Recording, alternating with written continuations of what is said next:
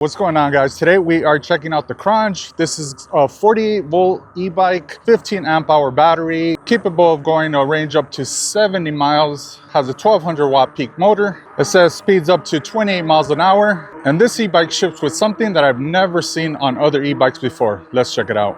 All right, so this is the Qronge Thunder. It's an on and off-road bike, huge fat tires for off-road. These are 26 inch by 4 inches wide. It has a 15 amp hour battery located on the bottom here with keys and a lock, 7-speed Shimano shifter. It's a very affordable bike at only $899, which is extremely cheap for e-bikes nowadays. You're supposed to get long range with this bike, speeds up to 28 miles an hour, which is not bad. But I am gonna take it on and off road to see how well it performs, how it handles. I'm gonna take it down into the wash to see how it does in the super soft sand with those huge tires. And we're gonna talk about all the accessories that it comes with so you can decide if this bike is right for you. Okay, so my first impression of this bike is it's pretty comfortable. And I think that has a lot to do with this very, very wide seat. It says this bike can hold up to 400 pounds, so it's very appropriate that they added a very wide, big seat. Now, it's not the most softest seat, but I do think that'll break in a little bit with time. Now, I do have my GPS on here, and I can tell you that the speedometer on the bike itself is extremely accurate. I got 16 on the bike, 16 on the GPS, 15 on the bike, 15 on the GPS. I mean, it is dead accurate. Now this bike, like with many other e-bikes, it has 5 assist levels. Of course, level 0 being where it does not assist you at all. You pedal on your own like a regular bike, and then it goes 1 through 5. Now, the one thing I am noticing is there is a speed lockout. When you get this bike, on their website, it says this bike can go up to 28 miles an hour. But when I hit full throttle, it locks out at 20 miles an hour. And I could definitely tell there's a speed limit on it because it actually picks up speed right away. Like you can feel the power, but once it gets close to the 19, 20, then you just feel the bike slow down. There's a little bit of an incline here. I got 16 miles up an incline, 17 miles up the incline. That's not bad. Now I'm gonna test that speed again on level 5 to see if it goes higher than 20 with pedal assist.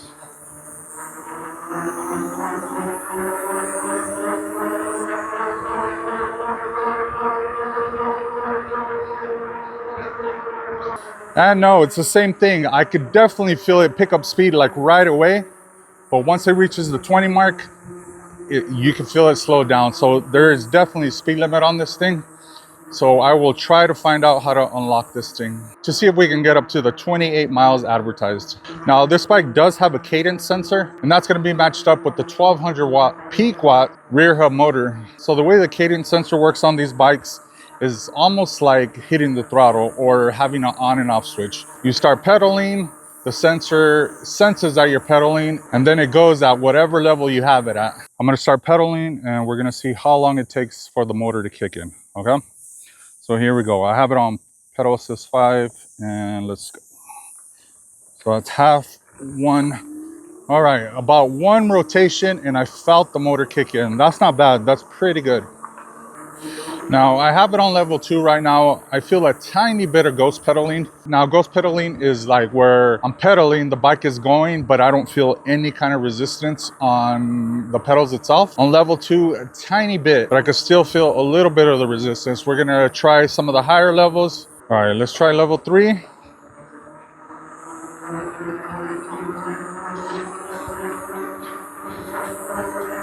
I'm going 17, 18 on level 3.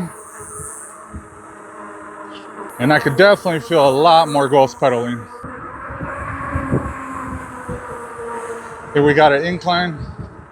The front shock does a pretty good job of absorbing the bumps. Unfortunately, there's no back shock on this one, but I think that's where the big tires and the big seat come in, you know, just to make things a little bit more comfortable, especially in the rougher terrain. Now, just for reference, I'm 6'2", 235 pounds, and this is how I look next to this bike. Now, the seat is fully adjustable. It can go up and down, and the website says it'll accommodate riders from 5'4" all the way to 6'6". Now, what I am noticing is that the tires are pretty good at gripping the road. I don't feel like they're gonna slide under me. Now, I kind of want to test out the brakes here. Unfortunately, these are mechanical brakes, I feel like a bike with this much weight, which is about 80 pounds, should have hydraulic brakes, but we are talking about a bike here that's only $899. I mean, that is a really inexpensive e-bike. So let's test out the brakes and see how well these mechanical brakes do. I'm going 20 miles an hour. All right. Not bad. I mean, it did stop pretty quick. I do wish there was hydraulic brakes on it, but it still did a pretty good job of stopping right away. You know what? Let me try to unlock this thing. All right, so supposedly I unlocked this thing, but let's hit full throttle and see where we get. I got 14, 15, 16, 19, 20.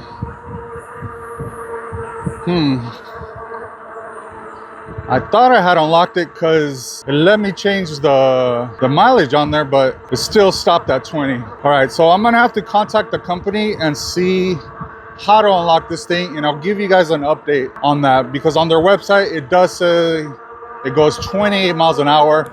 I could tell this bike has a lot more power than what it's giving me right now, because like I said, it picks up speed really quick, but then it just stops all of a sudden at 20.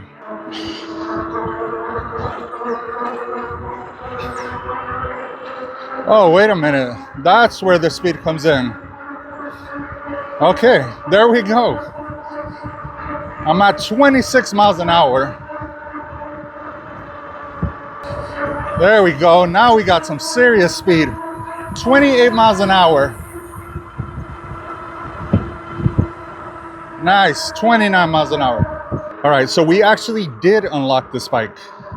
And the way it works is if you're gonna use the throttle, then 20 miles an hour is the top speed that you're gonna get.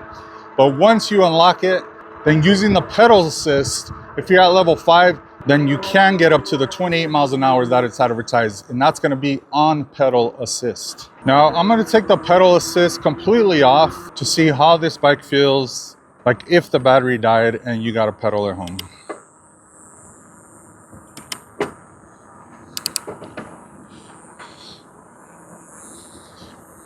Now, since this bike is a little bit heavier than, actually a lot heavier than a regular bike, you can definitely feel the weight when you're pedaling on its own. I have it on the easiest level to pedal, and it's already like pretty tiring. So like with most e-bikes, they're really not meant to pedal. You're definitely gonna wanna use the assist on this bike. So wherever you're going, just make sure that you have enough juice to be able to get home. All right. Yeah, that's pretty tiring. All right, have it on pedal assist again. Huge difference. Now, overall, the bike is a very comfortable bike. It feels really good. The seat, like I mentioned before, it is very wide. I feel like it needs a little bit breaking in, but it's very, very wide. And it just makes it a lot more comfortable. Now, as far as range goes, it says this has a range of 70 miles on a single charge. So far, according to the display here, we have gone 13 miles. And I've only lost 1 bar. Now, I will have to do a longer range test later on to see how accurate the battery display and the mileage is. But if that's pretty accurate, just like the speed is, then that would be a good indication that 70 miles on a single charge should be pretty accurate. And of course, the mileage on that is gonna depend if you're gonna be using the pedal assist, throttle only. If you're gonna do throttle only on this thing, like the whole entire time, you're gonna get ranges from 35 to 45 miles. On pedal assist, you're gonna get more in the 50 to 70 mile range. So far, I've been using a lot of the pedal assist, and I'm doing pretty good on battery level. And now that I'm here off-road, the bike actually feels pretty smooth. These tires are very grippy, but I do want to try it out down in the softer sand. It's gonna be nothing but mud down there. I wanted to test it out in the soft sand, but since it just rained, it's just going to be way too muddy down there. I will test it on this little hill. It's a pretty good sized hill, actually.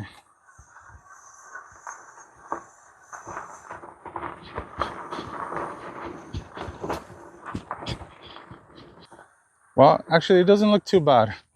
I think it's a little damp down there, a little bit wet, but let's put it on level sys5, and we'll see if we can get through that sandy area down there. Because usually big tires like this do pretty well down there, but we'll test it out here. Whoa.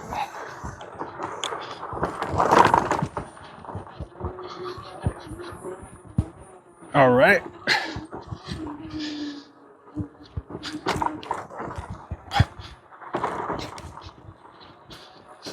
All right, it did good. As I suspected, the big off-road tires make a huge difference when going in the soft sand. And this bike, no different. It was able to get through the soft area super, super easy.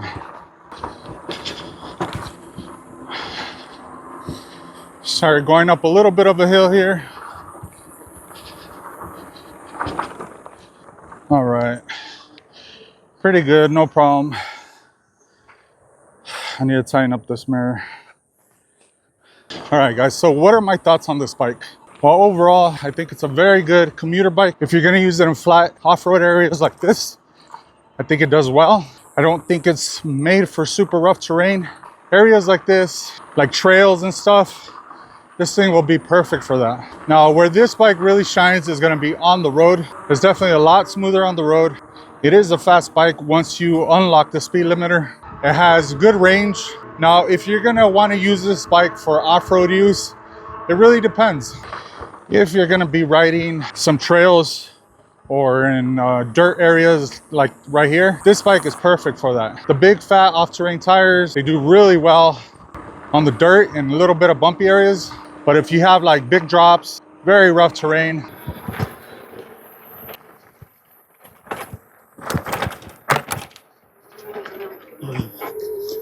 you're gonna want something with the rear shock. And from my experience, if you can get something with the air shock, that makes a world of difference. But for areas like this, you really don't need something with a double shock. This does perfectly well. And these tires do a very good job of gripping the road. Even on the dirt and the sand here, I don't feel like the bike is gonna slip out from under me. Now, we've been riding for 16 miles and I still have probably a little bit more than half the battery juice. So that is pretty good. Another thing I wanted to talk about is all the accessories that this bike comes with. Now, I've never seen an e-bike come with so many accessories right out of the box, especially for a bike, an inexpensive bike like this one, $899, and it comes with every single accessory you can think of. It came with this phone mount, and it's not a cheap phone mount. This is all metal. It keeps your phone really secure. I've had it on for this whole ride, no issues. It comes with 2 mirrors. They're not the best mirrors you're ever gonna see. And to be honest, to be fairly honest, the one on the other side, I did try to tighten it up way too hard and ended up breaking the bracket on here. So when you put them on, make sure they're tight, snug, but don't go overkill the way I did. This, I think I forgot to tighten it, but overall, they work as they should, you know, once you tighten up the bolts. Another accessory that this had is the water bottle holder. Most bikes, you know, some of them come with the water bottle holder, but definitely not all of them. And then you got the bike rack here. The bike rack is good for anybody needing to carry out anything. If you're going camping, picnicking, anything like that. You can attach a cooler to that. You can carry a backpack. I mean, there's so many things that you can do with that bike rack. Now, this e-bike also comes with a bike lock, a pretty heavy duty bike lock. And I think to find a bike at this quality for $899 with every single accessory included, where you're not gonna have to spend any more money really, like, I think it's a pretty good deal. Now, if you guys are interested in the Qronge Thunder, I'm gonna leave a link down in the description where you can pick yours up. I would love to know what you guys think about this e-bike and what features or what type of accessories you'd like to see on these bikes. Don't forget to like, subscribe. Thank you guys for watching, and we'll catch you guys on the next one. Peace out. All right, so let me show you guys how to unlock this thing for top speed. You have a couple buttons down on the bottom here. What you're gonna do is hold down these two buttons,